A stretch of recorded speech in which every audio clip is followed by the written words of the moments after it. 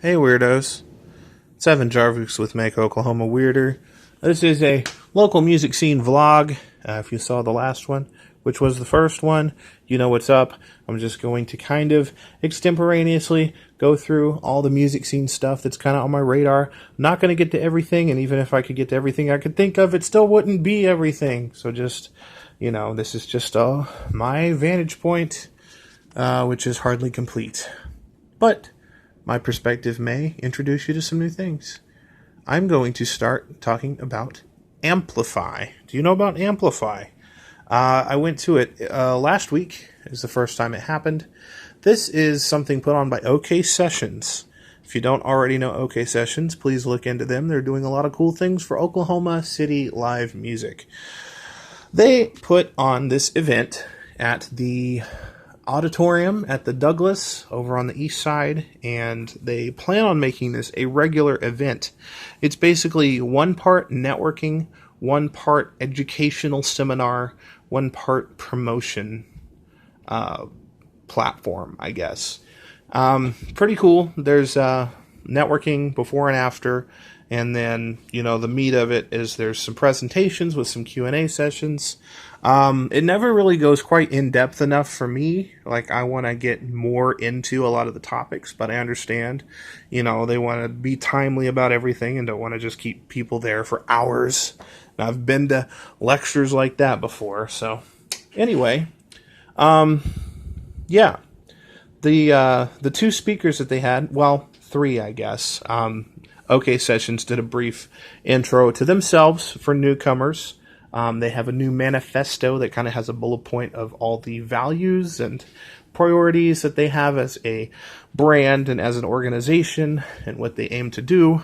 Pretty on board with a lot of what they have to say there. You can check it out at their website, OkSessions.com. One of their speakers for the evening was Stephen Salewon, who, of course, I know pretty well because I have written about him multiple times. He's appeared in my Big 50 twice, 2 years in a row, because he keeps putting out good music, and this year's no exception. He's coming out with an EP on the 25th of August, which is coinciding with the Deep Deuce Sessions.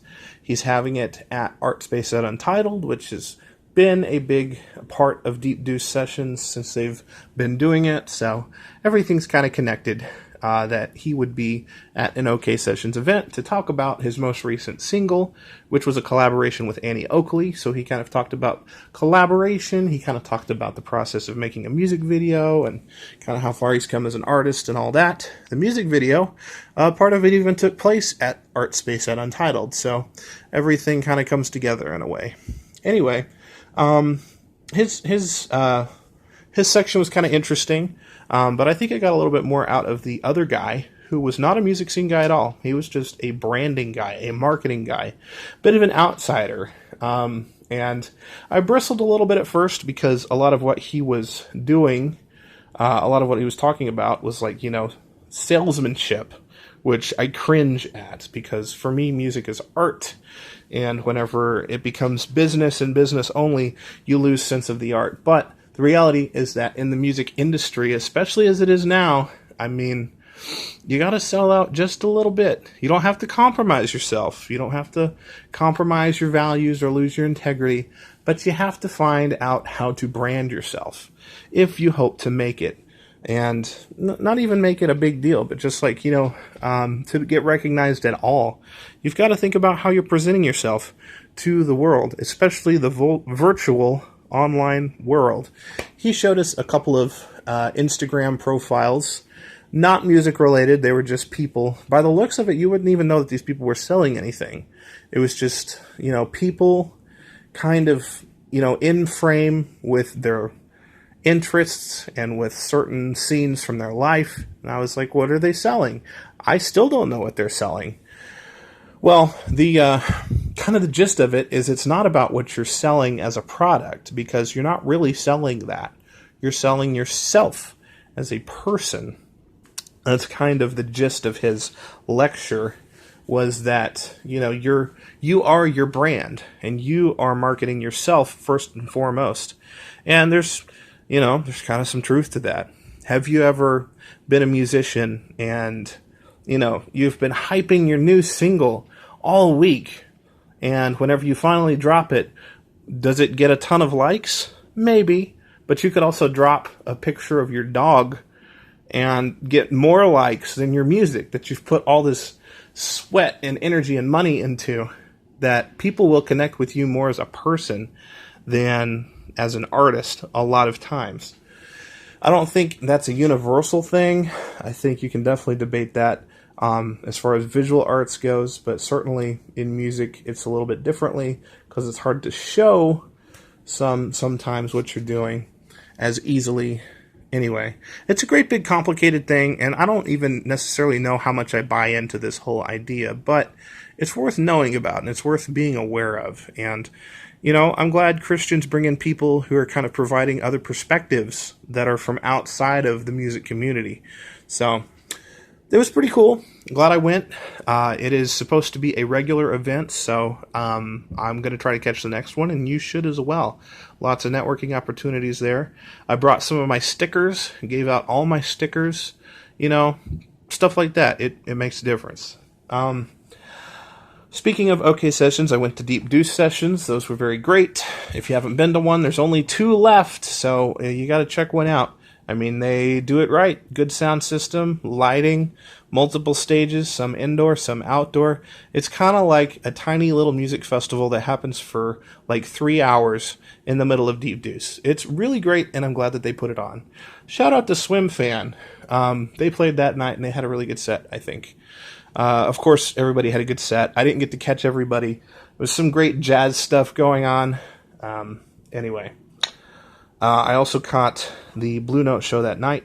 I want to mention Girls Club for sure. They came from Tulsa down to play this show at Blue Note, and it's not the first time they've played Oklahoma City, but in some ways it felt like it. What I mean by that, I had a conversation with them after the show, and they said that they played Norman Music Festival. They played at the Main Street Event Center, and basically nobody showed up. The people who didn't really pay much attention, didn't really care, and that's kind of been a bit of a recurring theme with them playing in Oklahoma City. Not just in Girls Club, but even in other projects that they are in and have been in. And sometimes it's just a matter of finding the right audience, finding the right venue, connecting with the right people. You can't always just hope to hop into a city wherever and assume people are going to jive with what you're doing. And really, you shouldn't judge a scene based on a couple of shows that might not have gone well, because this went really well. Girls Club had a really good show. People were really into it, and it's all because they connected with Dresden Bombers, who are from Norman and who know the scene down here pretty well. And, you know, they make a good lineup together. The Lost End was also on the bill, which I didn't get to see. But Girls Club had a really good show. And it just goes to show, you know, sometimes you have to just find your tribe, you know. That's what it's all about. So if you're having a hard time with it, don't give up. There are people out there who will believe in what you're doing, even if it's not very many. And sometimes you have to be the one who finds it, and sometimes other people will find you. It works a lot of different ways. But I did want to mention that in that context, because I thought that was a pretty cool lesson, in a sense. Really quick, got to talk about Johnny Manchild. He's got a new album coming out Friday, August 3rd. If you're watching this on a Friday, it's tonight. Album release show is at 89th Street. He's got an amazing lineup. And the album is great too. If you've liked everything that Johnny Manchild's been doing up to this point, it's basically all of that, but now he's got a full-length album. He gets to go even bigger with it, and it's really good. It's really good. Some really good flute lines in here, which I wasn't really expecting. Same night, the Nghiems, Ngheims, the Nghiems, are celebrating their vinyl release of their most recent album at the 51st Street Speakeasy. And I'm willing to bet that you can probably catch a bit of both shows the same night. I also want to mention Steph Simon real quick. Steph Simon out of Tulsa, major hip-hop figure there, had this album, the Tisdale album, which, you know, he then had a live version of, and then had a documentary for, and, you know, Dez from GotSteez.net has been a huge proponent of everything he's doing. Brand new album, Born on Black Wall Street, very essential to Tulsa history. Check it out. StephXSimon.com, the only place you can get it right now. So check it out.